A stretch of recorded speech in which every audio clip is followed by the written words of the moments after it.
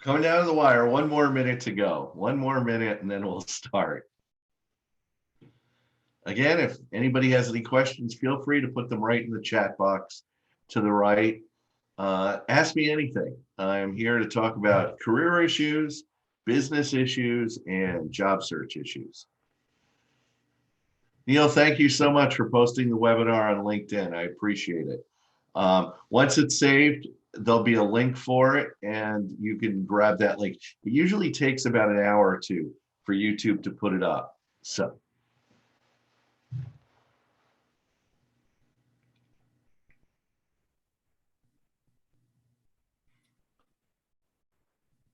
why don't we kick right in? My name's Rich G. I'm a high performance coach. I've been coaching for the last 14 years. And I thought since we're mostly all at home globally, I'd start doing these virtual live meetings, Rich G Live. I'm here, it's free. Feel free to ask me any questions about your career, your business, or your job search. Today I'm going to be talking about two subjects. One that you might come in handy, which is virtual meeting etiquette. This came about because my wife, who was hosting a lot of webinars, because she's also home, working from home, found that people were doing some really outrageous things on their cam. So I put this article together and it exploded. There are about 10 different colleagues posted it on their blogs. They handed it out to their teams. It's just exploded. So what I'd like to do is spend just a few minutes in going through each one of I think there are like 15 of them, but feel free. If you're interested, don't write these down. They're on my website. It's called The New Rules of Virtual Meeting Etiquette. So check it out. It's all there. Both articles I'm going to be talking about are on my site under articles. So feel free to take them. You can print them out, share them with people. They're all free. The first thing is logistics. When sending out meeting appointments, include the link to access the meeting and with any other additional info that might be needed. Start date and time, access code. I can't believe how many people leave that off. Alternate phone numbers in case their audio is off, so they have to call in, and your direct line to text you if they run into issues. That's a key thing. I always, whenever I do a virtual meeting with a client, I always give them my text line on my cell phone, just in case they're having problems connecting, because something always goes wrong. Number two, close all other programs. Right now, I have all my programs closed. So many programs are sometimes bandwidth hogs. You run into that with email, because email is going out and pulling email every so often, and that will take up bandwidth. Other bandwidth hogs are inform your family too. Let them know, don't play Doom or any kind of first-person shooter when you're trying to have a virtual meeting, because the lag will happen. Number three, lighting. I have a light. Figure out what your lighting is. So many people are like, dark, and their background is dark, and you need to have your face well lit, because if your face isn't well lit, you're not communicating well. A bright, clear image presents professionalism and understanding of the medium. That's the thing. You don't want to let your boss know that you're an idiot when it comes to these things. Practice it. Number four, look at the camera. This is my hard one. I have a hard time keeping my eye on the camera all the time, but I've got a little secret. Here's a little secret. What I want you to do is take a Post-it notepad and cut out little 1-inch squares. On one square, put it up right by the camera and put a little happy face. Near the other side of the camera, put the word smile. Here's the reason why. Number one, you put the happy face, so you focus on the happy face the entire time. The smile is you want to smile because sometimes People have resting angry face and they're on the call like this. You don't want to do that. Make sure you smile. Make sure you smile when you talk because you're presenting an image. People forget that it's not a conference call, that it's a virtual call. Mute yourself. Right now I'm muted. Okay, my microphone's on, but my speakers are muted. You want to mute yourself when you're not speaking because you never know. It could be somebody doing dishes, a dog, a kid, ambulances going by. All of that extraneous noise isn't sent over the meeting when you mute. So this is one of the biggest pet peeves of virtual meetings, when people leave their microphone on and they could hear everything. They could hear person tapping or doing other things. You just don't want that. Number 6, don't eat, don't multitask. If you have to eat, if it's a lunch meeting, maybe eat, but don't eat. Don't eat at all. Drinking's fine. Having something to drink, especially when I'm doing a lot of talking. I do a lot of coaching, so I drink a lot. Green tea. But that's one thing. Don't eat. People don't want to see you chew. They don't want to hear you chew. They don't want to hear you talk with a mouth full of food. Number 2, don't multitask. We know when you're looking at a phone. We know when your eyes go down when you're doing this. It looks like I'm working on a phone. I know you're working on a phone. I also know when you flip your screen to your email, it brightens up. It brightens up your whole face. And we know you're on a different screen. We all know you're multitasking. Don't do it. You're on a call, you're in a meeting, focus on the meeting. Take notes. It's okay to take notes, but it's not okay to sit there because I know you're working on your phone. Don't do that. Number 7, wear earphones or AirPods. Many virtual meeting systems are great with speakers and extraneous noise. For some reason, they have an algorithm or a tool that stops you from echoing through the microphone. But some hardware, your laptop, your desktop, your iPad, your phone might have a problem with echoing. And I do get that sometimes with clients. So I'll tell them wear earphones or AirPods so they can hear you, but they're not retransmitting what you're saying because it's very hard to talk when that happens. Dress professionally.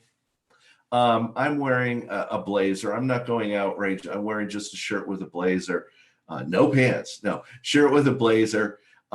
Dress professionally, because too many people look like they just got out of bed and logged on to their virtual meeting. Take a shower, comb style your hair, and change out of your pajamas. Please. You don't have to wear a business suit, but look presentable. It connotes that you're on top of things. You actually look like I'm ready for work. Okay. So, and I actually tell my sons that too, because they're on virtual meetings with school. Number 9, avoid distractions. Okay. Ask your family to stay away for the time being. We all remember that CNN interview where the guy was talking and his kids came in and his wife came in to grab the kids. And I mean, I don't think he'll ever live it down. It's actually too funny. But even though you might be on mute, visual distractions like people walking behind you is just as jarring. So make sure you have your back to a wall, or if you're on Zoom like this, you could do a professional background like this. Number 10, frame your face. So many people are like, they're hunched over, or you only see their mouth or something like that. Frame your face in the picture so you look professional. Okay. No missing foreheads, no mouth. I've actually coached people. I can't see their mouth. It's all hidden. Too far left or right, pick a spot, hang out in that spot.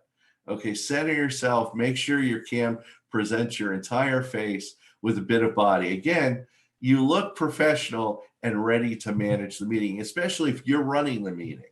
Okay. Number 11, log in early. What did I do? I logged in early. I'll be honest. Zoom to YouTube. YouTube was having a hard time. It took a little while for me to log on. I was nervous about that. So log in early, okay? So yeah, if you eat, at least floss afterwards. I just saw that. I apologize. But log in early. Start your meeting early to allow participants to show up and gab a bit before you start the meeting. It gets that gabbing out of the way and allows you to start the meeting on time and get right to business and get off. Keep it short. Some reason people think, Outlook caused this, that you started setting up meetings in Outlook and the default is 1 hour. So meetings became 1 hour and we filled it up. And I go, they don't need to be 1 hour, especially virtual meetings. No one likes a 2-hour virtual meeting. Nobody likes an hour virtual meeting. Set out an agenda prior to the meeting and stick to it. Power through each of the areas. If you get off topic, bring it back to the agenda and tell the worst offenders to take their discussion, their points offline. You are a virtual drill sergeant when you're running a meeting. Keep them on point, marching in a straight line, and people will look forward to your online meetings. They'll say, oh, it's a meeting with Rich. I like his meetings.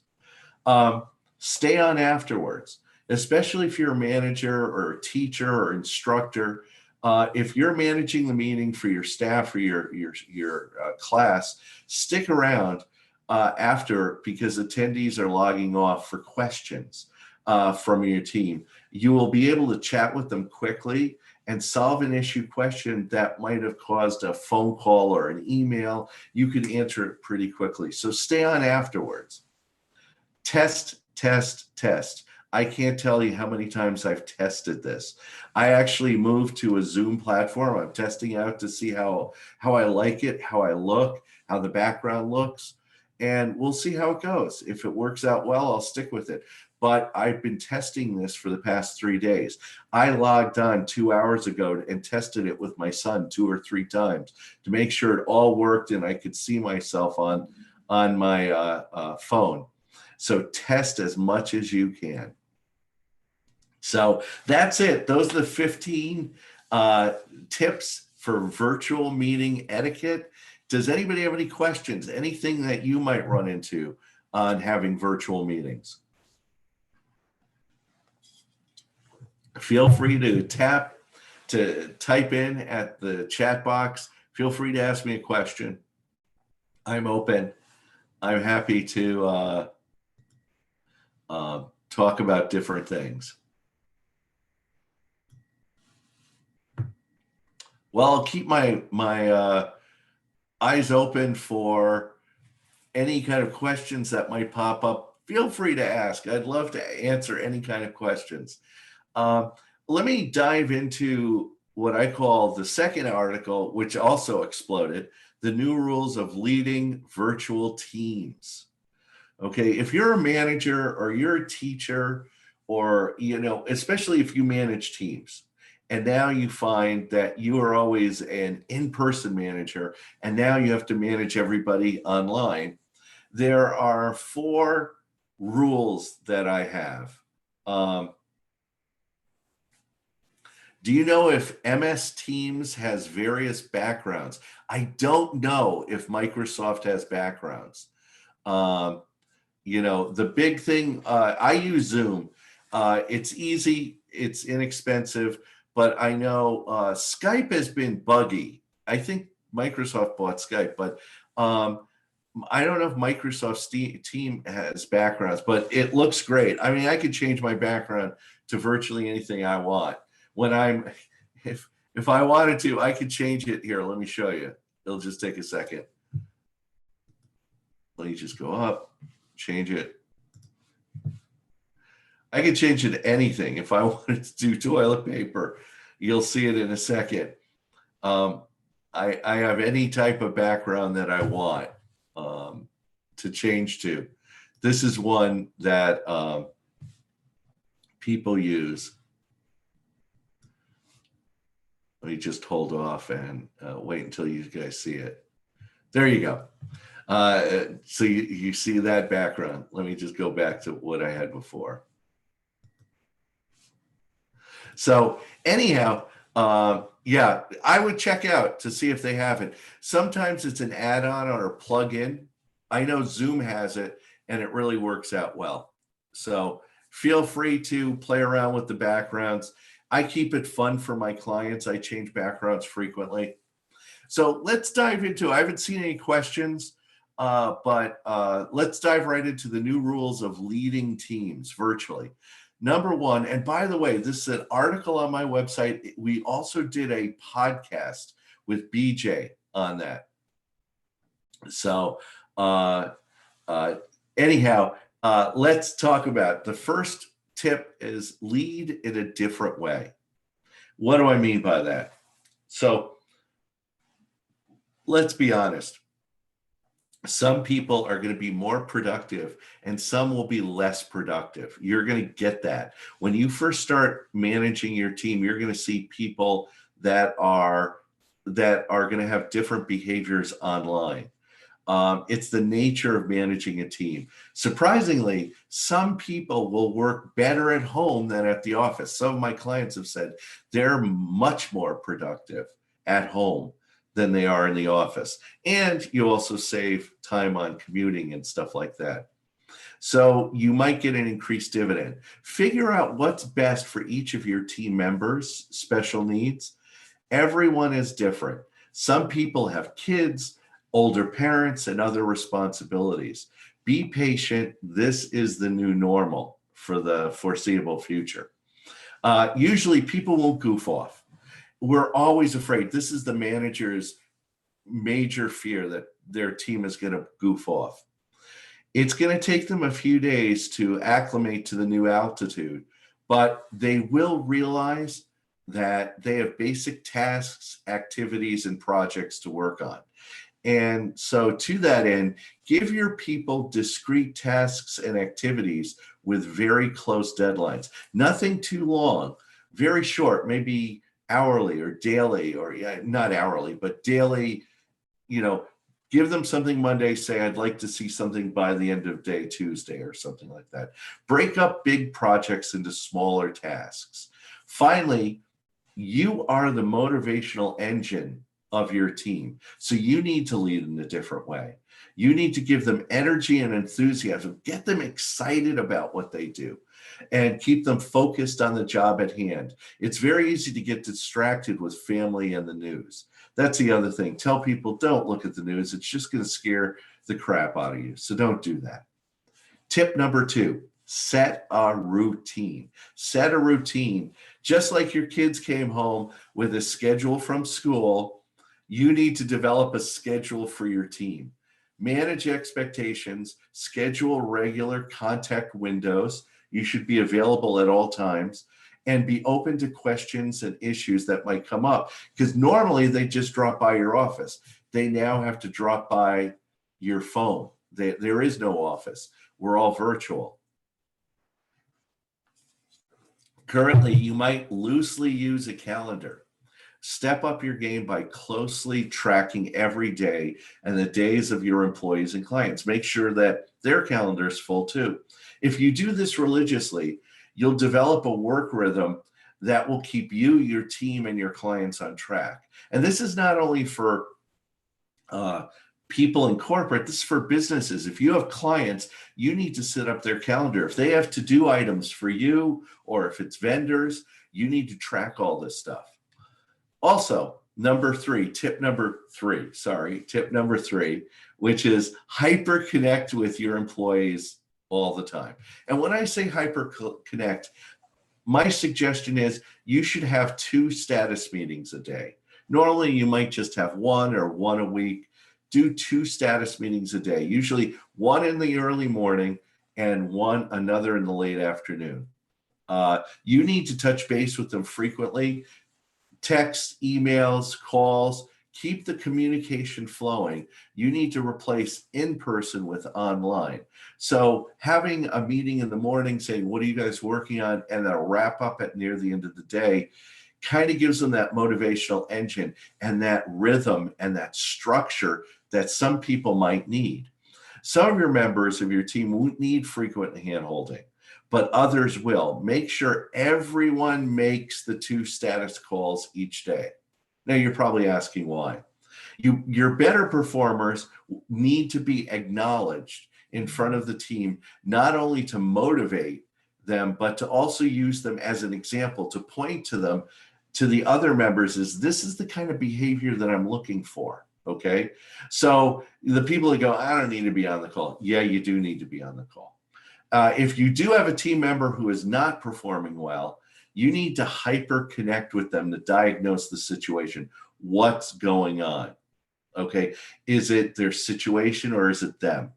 Develop a number of solutions and track their progress. You need to hyperconnect. You might have to micromanage them a little bit until they get into this rhythm. Again, this is the new normal. Some people aren't comfortable doing this. Finally, don't forget anyone.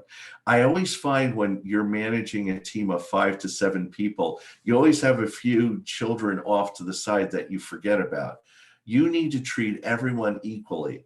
In times like these, some people might feel alone and ignored, scared. And you need to be that rock, that foundation, help them with structure and attention. It's your job to make all of your team feel wanted and important. Tip number 4, the 4th tip, is when things start hitting the fan, you need to manage the expectations of your team and clients. So if things start to get worse, I don't think they are. But right now, the difference between last week and this week are tremendous. People are used to doing things now. If you have a crisis plan, you will have a section on when your key employees might get ill.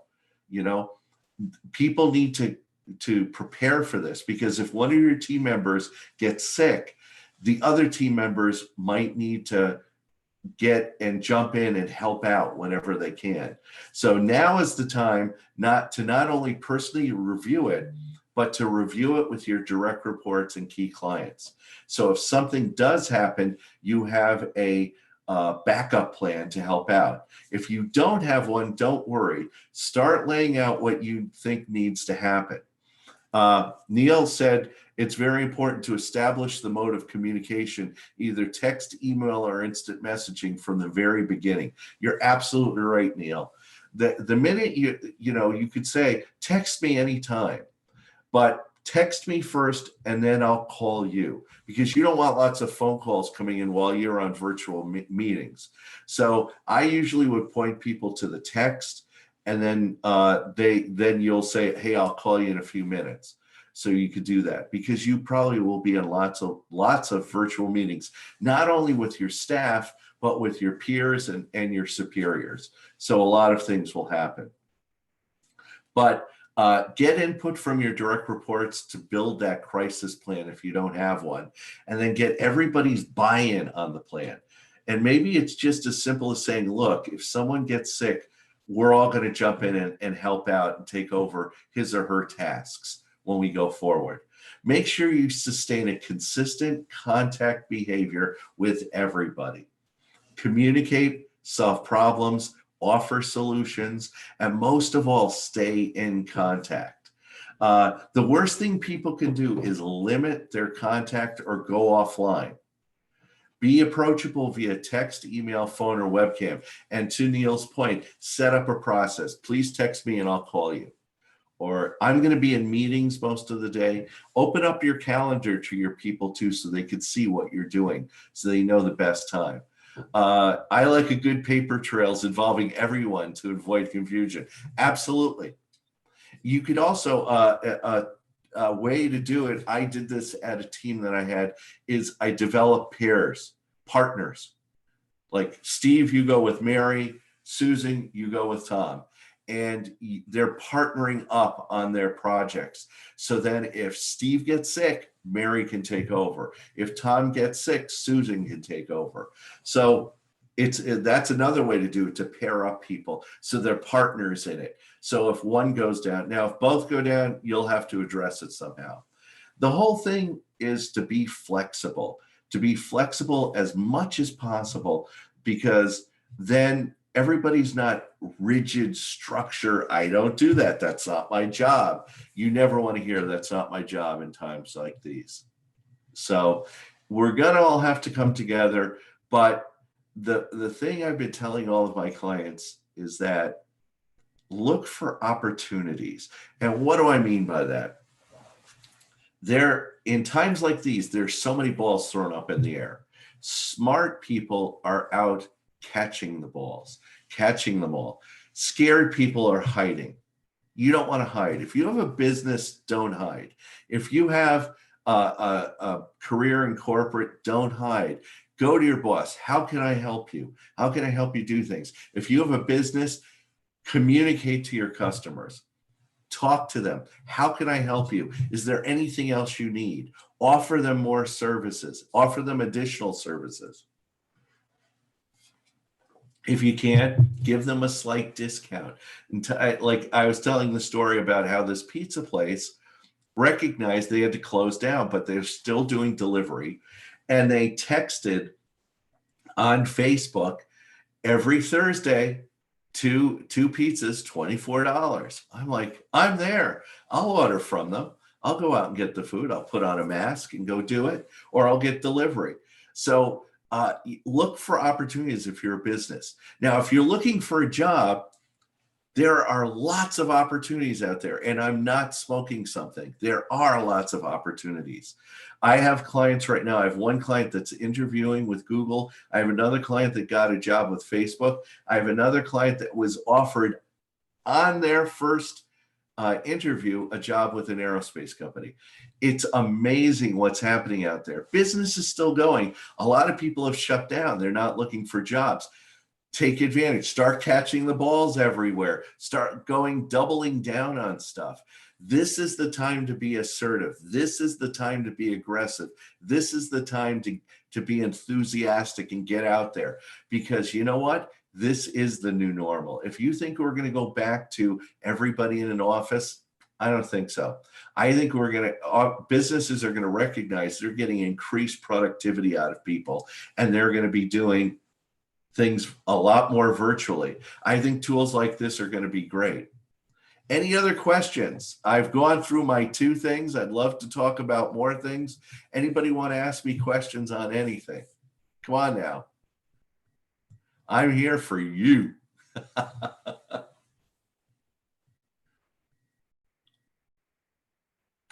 How are you doing? Tell me how is this affecting your career? How is this affecting your business?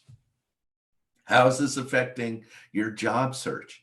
Is there anything you have questions on that I can help you?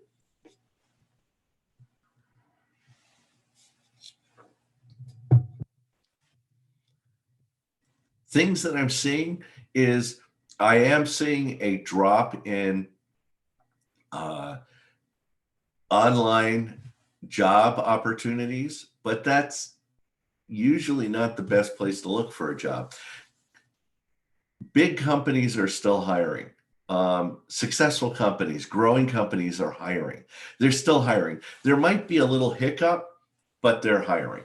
Everybody is, because there are people that are getting sick. There are people that are moving on to other companies.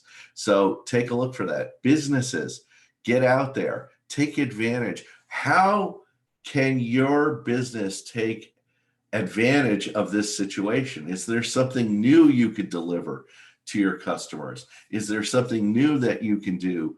A new product, new service, new opportunity, new version of what you do. I never did YouTube lives. I'm having a ball doing YouTube lives. I don't care how many people show up. This is fun. I have an lunch hour. Why not? Just come and do it. Let's have fun doing this. I'm here to answer lots of questions.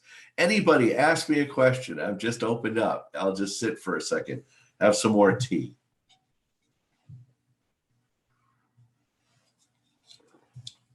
How do we best do networking virtually? What a great question, Bruce.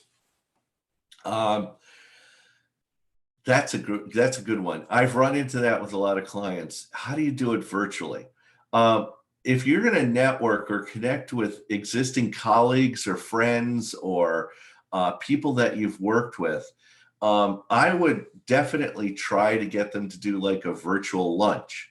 If it's somebody that you know, do a virtual lunch and meet with them and talk with them over Zoom or over Microsoft groups or Skype.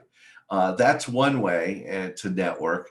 A second way to network is when you might have to network over the phone, talking to people, especially if they're not friends or colleagues or people that you've worked with. Networking is, you need to be a little bit more inventive. I know some of my colleagues are coming up with coffees or lunches. They're having regular coffees. My wife and I attended a virtual party last week. We all made fun drinks, and there were like 30 people on the screen. It was amazing. So that's another way to network. Events are going to be interesting. The whole event, I mean, who wants to go to an event now like Gartner Symposium with 7,000 people? I mean, it's like a walking petri dish. It's going to be very interesting to see what happens with events moving forward, what goes on. I think it'll be interesting. I bet you Gartner's going to come up with a really innovative way to do that, to set it all up. Because think of all the people that go to these events, these type of events at like the Jacob Javits Center and stuff like that. It's going to be very interesting. There might be more virtual events where you meet people, you go in on talks and different rooms where you can talk to people. It'll be interesting. I'm not, like I said, I don't think this is going to last forever, but this is definitely going to change people's behavior. Using, like Neil said, using social media like Facebook and LinkedIn to reach out and advertise services. Absolutely. Absolutely. People are online more. People are surfing more. People are paying attention more to their emails because there's that physical aspect that isn't happening. People are working longer. You don't have to commute. The average commute is about a half an hour to 45 minutes. That's gone. So people are getting an hour to an hour and a half back into their workday. So they're working more. They're getting more productivity. So this is good. So I hope I answered your question, Neil. I'm sorry, Bruce, about networking. But virtual, think outside the box. Have fun with it. Do a pizza party with your team, or do a pizza party with somebody that you want to talk to. Have fun. Call 3 of your friends or 3 colleagues that you've worked with and talk to them. If you're looking for a new job, go do this. That's something that you can do. Any other questions about business questions, how to run your business, how to look for a new job, how to network, anything? I love the questions. Keep them coming. I'll have some more tea.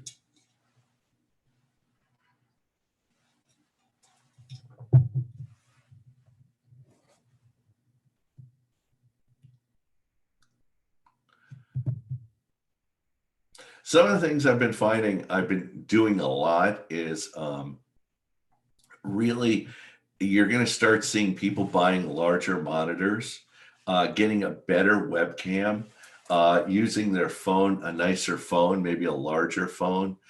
Again, things are going to get virtual. You're going to be working a lot more.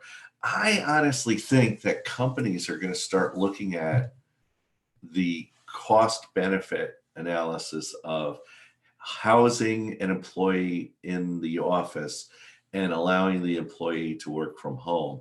And I think they're going to see that the difference is dramatic. And they're going to see that they save a lot of money when you work from home. Yeah, they still have to outfit you to a certain extent, but think of the building, HVAC, electricity, landscaping, upkeep. What happens if a company goes virtual? It's amazing to think. Now, granted, there are things where people have to come in and work, maybe like in IT or in other things, but departments like marketing or even finance, do they really need to come into an office? It's not like calculators are there anymore. It's like, you're working online, you're working on your laptop. The one thing I noticed is there's going to be a huge focus on bandwidth at home. It's one thing for your company to have like this T1 coming in or whatever it is, this big line, so you have perfect. When you're at home, it's going to be interesting to see how the bandwidth works. Right now, I have an Ethernet, so I'm getting almost 1,000 megabytes. What's that? A gigabyte of throughput. So it's working out well. But you have to figure out how this new normal is going to happen. So, any other questions? Any other questions? Anybody want to know about my business, about my clients? I work with all different types. I work with businesses. I work with corporate executives, and I work with people that are looking for new jobs.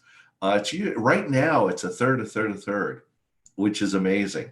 It usually vacillates between one and the other. But I love working with all three. They've always come with some great questions and some great problems that I have to help them solve. So it really works out. So, well, if there aren't any other questions, I don't want to prolong this. I don't see anybody else hopping on. So if you have any other questions, feel free to ask me. If not, I'll just close down the meeting. It's been a real pleasure talking to you guys. If you need anything, don't hesitate to reach out to me. You can contact me right through my website at richgee.com, RICHGEE.com. Feel free to come look at all of my videos. I'm going to be doing these every Wednesday and figure out how to do them. Let me see. Somebody wrote, if working from home and are in finance and similar high-level position, a secure encrypted connection. Absolutely. You need secure encrypted. And that's really on the back of your IT department, how you're encrypting it and how it's going out. That'll be, you might have to firewall it or something. So absolutely. So feel free to reach out. I have over 750 articles on my website and over 130 podcasts listed there too. Check them out. BJ and I do a podcast every week. They run 12 to 15 minutes and we have so much fun. Well, it's been a pleasure with everything. Enjoy. And I look forward to the next YouTube live event next week, Wednesday at noon. I'll catch you later. Bye-bye.